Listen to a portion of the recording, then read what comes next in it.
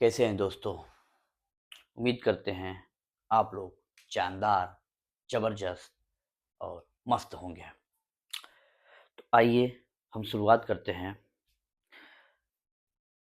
हम इससे पहले की क्लास में 1857 की क्रांति के बारे में पढ़ा था।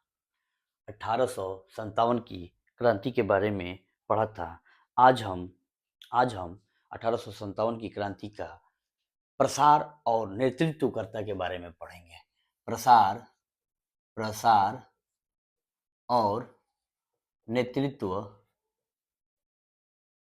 नेतृत्वकर्ता कर्ता के बारे में पढ़ेंगे। यह वीडियो 1857 का पार्ट दूसरा है।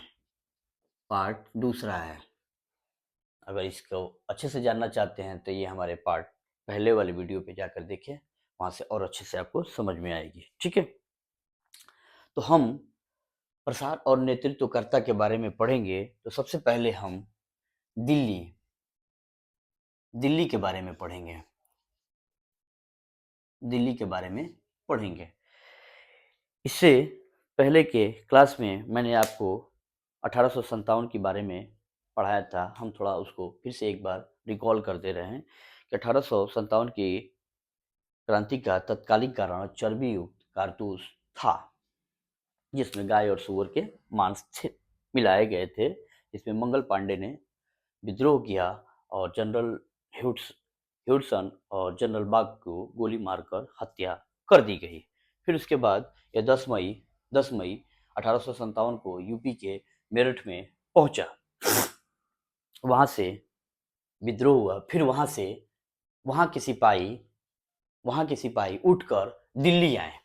दिल्ली जब आए तो उस समय 12 मई 1857 को 12 मई 1857 को यूपी के मेरठपुर शहर के सिपाही दिल्ली भाग कर आए और वहां पर उन्होंने दिल्ली के मुगल बादशाह बहादुर शाह से यह आग्रह किया कि आप इसका नेतृत्व करें।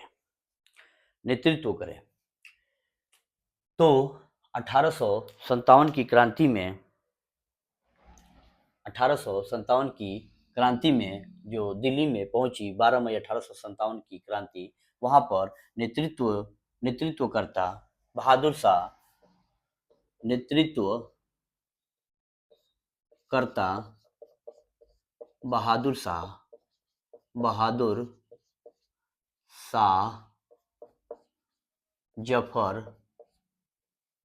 जफर थे, और जो कि सैन्य नेतृत्वकर्ता बख्त खां थे। बख्त खां थे। सैन्य नेतृत्व, क्योंकि बहादुर शाह जफर बहुत ही बुजुर्ग हो चुके थे और उनमें वो लड़ने की क्षमता नहीं रही, इसलिए उन्होंने नेतृत्व का कमान तो संभाला, लेकिन सैन्य नेतृत्व के लिए उन्होंने बख्त खां को बनाया। जब यह दिल्ली से जब यह विद्रोह की शुरुआत हुई तो वहां पर दो अधिकारी निकलसन और हडसन को भेजा गया। निकलसन और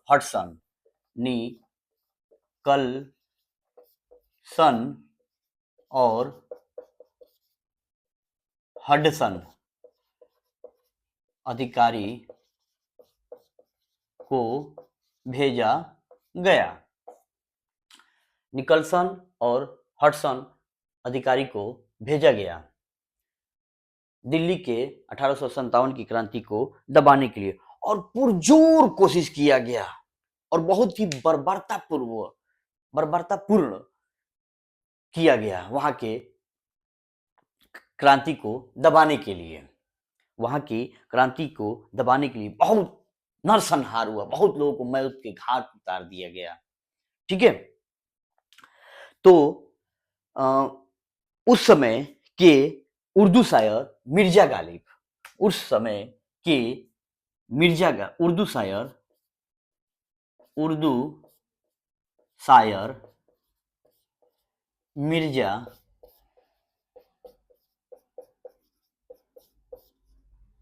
गालिब ने यह दृश्य अपनी आंखों से देखा था, जिनको इन्होंने कहा यह बहुत ही क्रूर और बर्बरता का नरसंहार था। उर्दू शायर मिर्जा गालिब ने यह बात कहा। यह पूछा भी जाता है, ये सवाल में पूछा भी जाता है कि दिल्ली में जो विद्रोह को दबाने के लिए निकलसन और हडसन अधिकारी को भेजा गया, इन्होंने बहुत ही पुरजोर कोशिश की और दबाया भी। उसमें निकलसन की मृत्यु हो गई। दबाते हुए निकलसन की मृत्यु मृत्यु हो गई और हडसन ने हडसन ने उस विद्रोह को दबा दिया। हडसन ने उस विद्रोह को दबा दिया। उर्दू शायर मिर्जा गालिब का जन्म 1796 में आगरा में हुआ था। 1796 में आगरा आगरा में आगरा में हुआ था, लेकिन वह दिल्ली जाकर बस गए थे। तो वहीं से इन्होंने सारा दृश्य देखा, उसी दृश्य में इन्होंने यह बात कही थी। और इनका निधन जो हुआ था 1869 ईस्वी को हुआ था। इनका जो निधन हुआ था 1869 ईस्वी को हुआ था। 1869 ईस्वी को हुआ था। जब यह क्रांति दबने के कगार पे था, तो बहादुर शाह जफर हुमायूं के मकबरा में जाकर छिप गए। हुमायूं के मकबरा में हुमायूं हुमायूं के मकबरा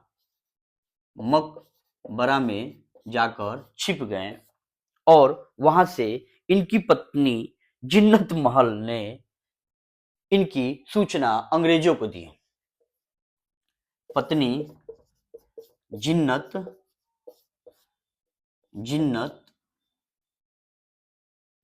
महल पत्नी जिन्नत महल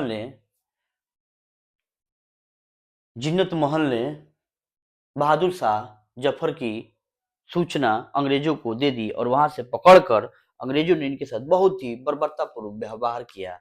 यहाँ तक कि समझ लीजिए कि उनको मुगल बादशाह होने के कारण भी उनको आम जनता के बीच में दिल्ली के लाल किले में उल्टा करके लटकाया गया, हाथ पैर बांध के। बहुत ही समझ लीजिए बर्बरतापूर्वक व्यवहार किया गया और उनको वहां से निर्वासित कर यानी दिल्ली से निर्वासित करके रंगून भेज दिया गया। रंगून भेज दिया गया और 1862 में रंगून में उनकी मृत्यु हो गई, बहादुर शाह जफर की।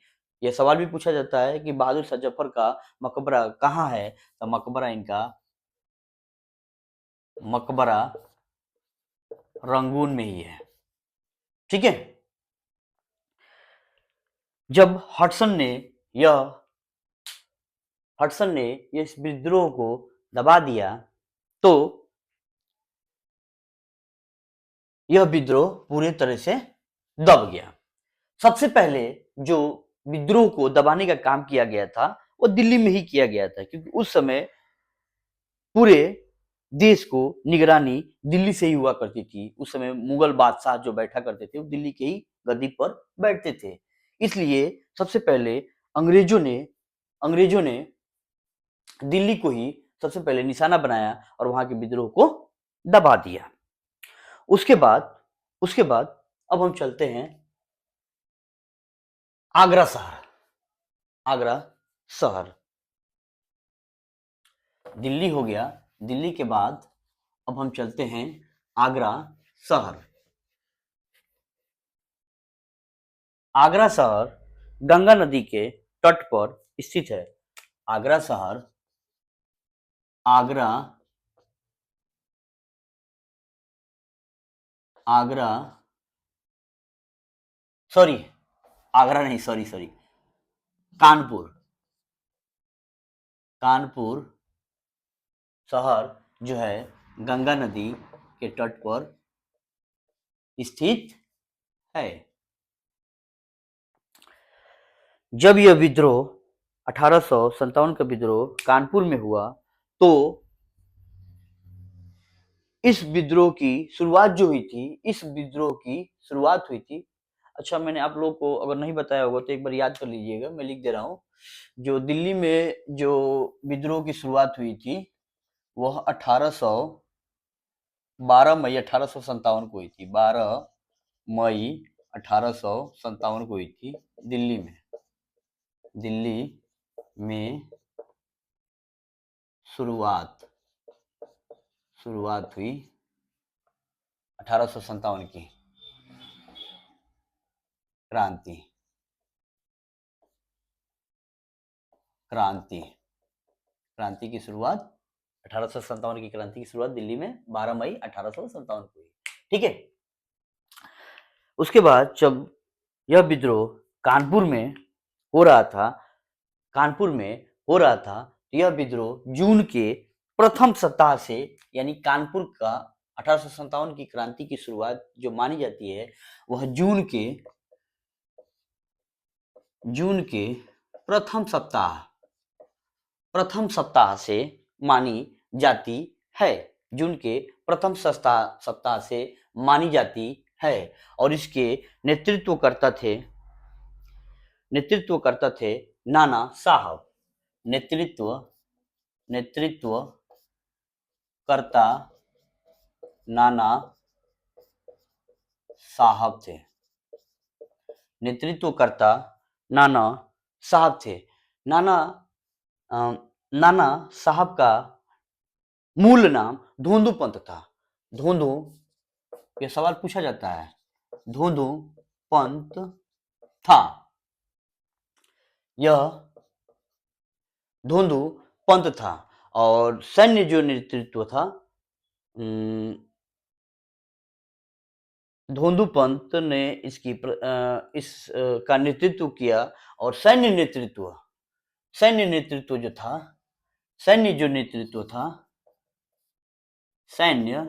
नेतृत्व जो किए थे, उनका नाम तात्या टोपे था।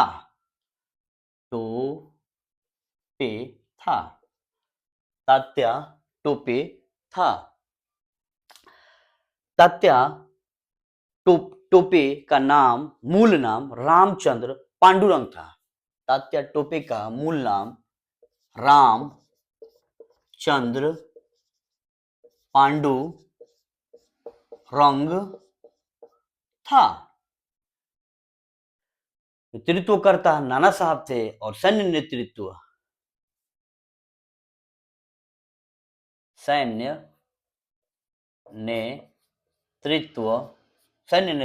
तात्या टोपे, जिनका मूल नाम रामचंद्र पांडुरंग था। यह इसलिए नाना साहब ने 1857 की क्रांति में इसलिए कूद पड़े क्योंकि इनका पेंशन रोक दिया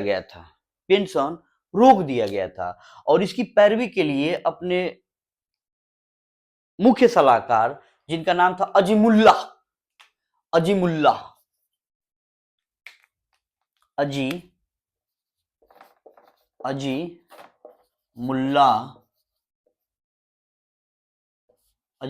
को लंदन भेजा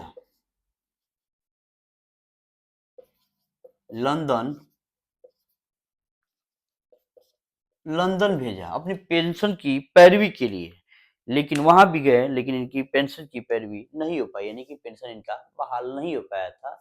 इस कारण हम ये कह सकते हैं कि 1857 की क्रांति में कानपुर से जो नाना साहब ने शुरुआत की थी, वह अपने पेंशन के न मिलने के कारण 1857 की क्रांति में कूद पड़े थे।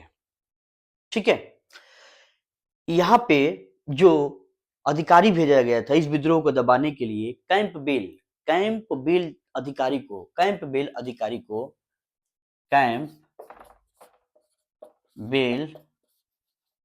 अधिकारी को इस विद्रोह को दबाने के लिए भेजा गया। कैंपबेल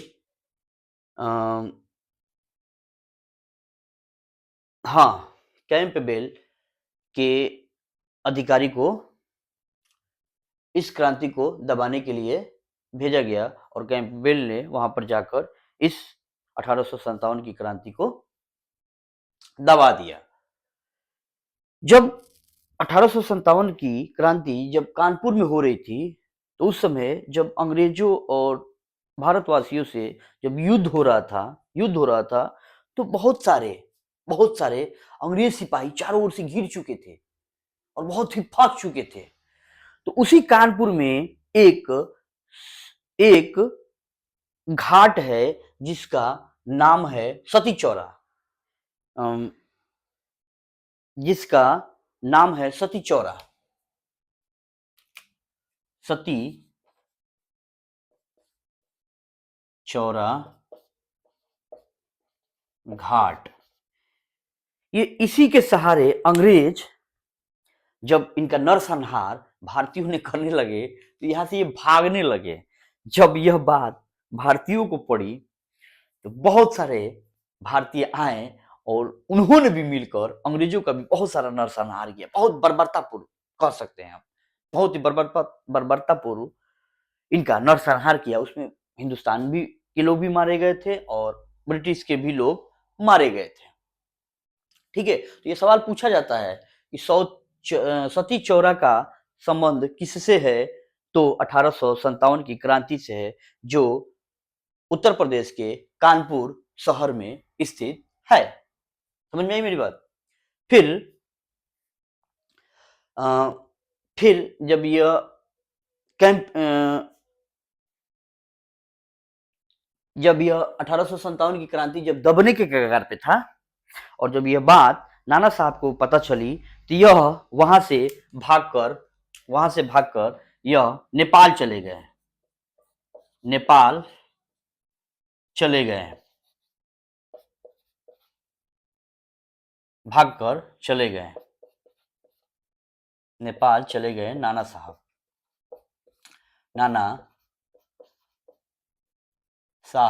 और तात्या टोपे को गिरफ्तार कर लिया गया। तात्या टोपे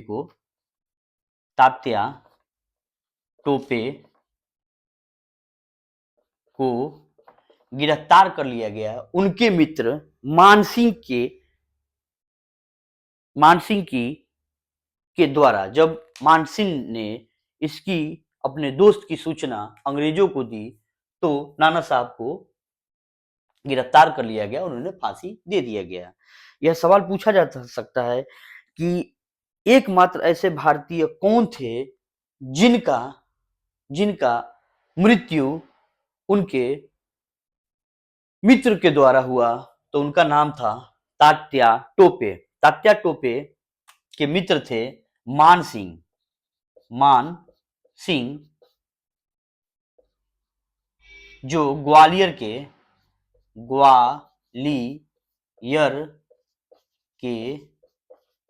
सिंधिया परिवार से थे। इन्होंने अंग्रेजों का खूब साथ दिया। ठीक है, तो जब तात्या टोपे को मानसिंह के कहने पर जब मानसिंह ने अंग्रेजों को सूचना मानसिंह ने तात्या टोपे की सूचना अंग्रेजों को दी तो तात्या टोपे को गिरफ्तार कर लिया गया और उनको 18 अप्रैल 1859 को 1859 को एमपी मध्य प्रदेश के